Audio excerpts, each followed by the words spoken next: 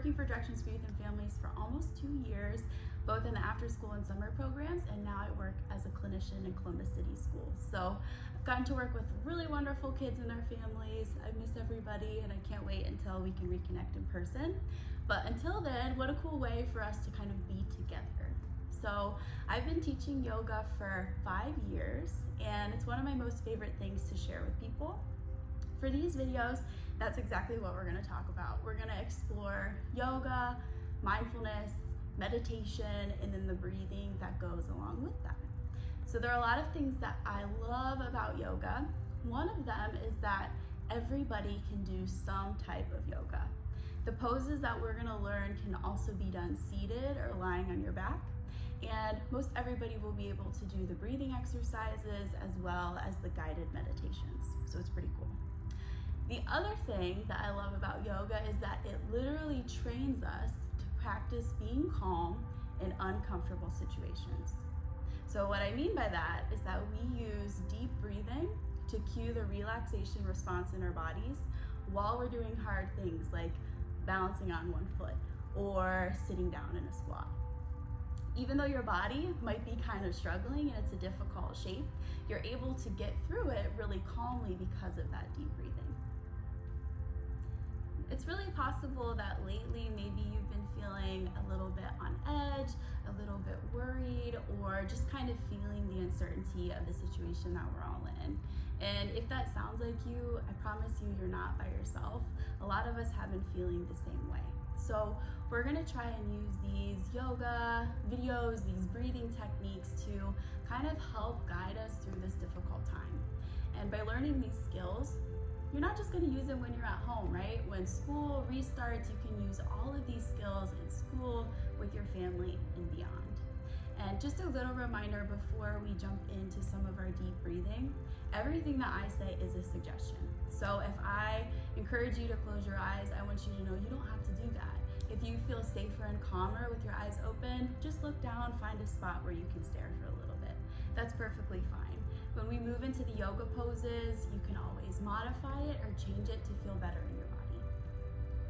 Breath is really the foundation of yoga and mindfulness practice. We come back to it over and over again when our mind has wandered or when things start to get really challenging physically or mentally. So we want to start by really working on that. And the good news is that you are already breathing. This is something that your brain has you do all day, every day, without you having to think about it. With yoga, we pay a little more attention to it, and so we add more depth to the breath. So that means we take in more air slower, we hold it for longer, and we push out the air a little bit more forcefully. If you're not congested, I'll encourage you to breathe in and out of your nose. And you can even shut the back of your throat a little bit and it starts to sound like Darth Vader.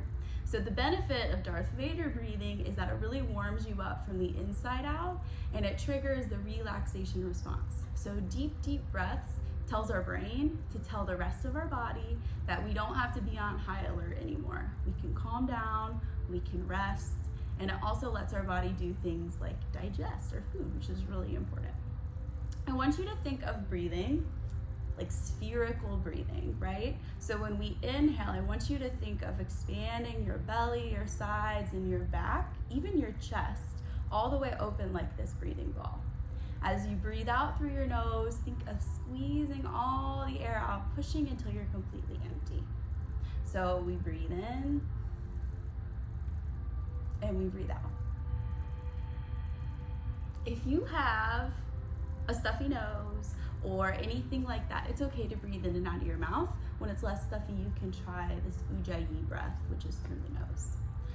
I want to teach you 2 breathing exercises to start with. And the first one is where we count. We breathe in for 4 counts, we hold the breath for 4 counts at the top, and we breathe out for 8 counts. This can be challenging, holding the breath, and with a slow exhale or breath out. So like always, I'm gonna encourage you, if I'm counting too fast or too slow, you just do what works for you. So this is what it's gonna be like.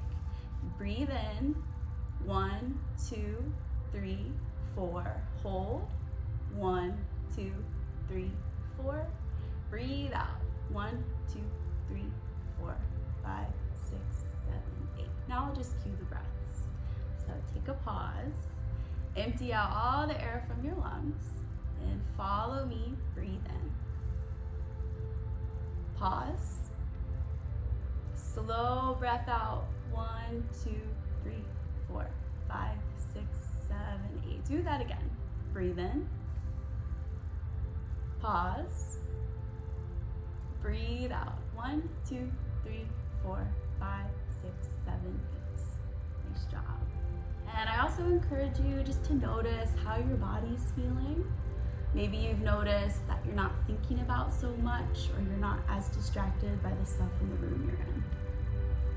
For our last breathing activity, I love this one. It's called Take 5 Breathing.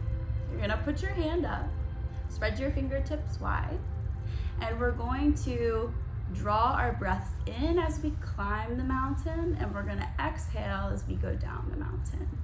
Breathe in and breathe out. Breathe in and breathe out. 2 more times.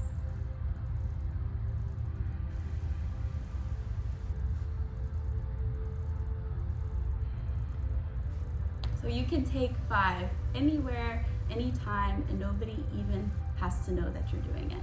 And all of that by itself will help reduce your stress level.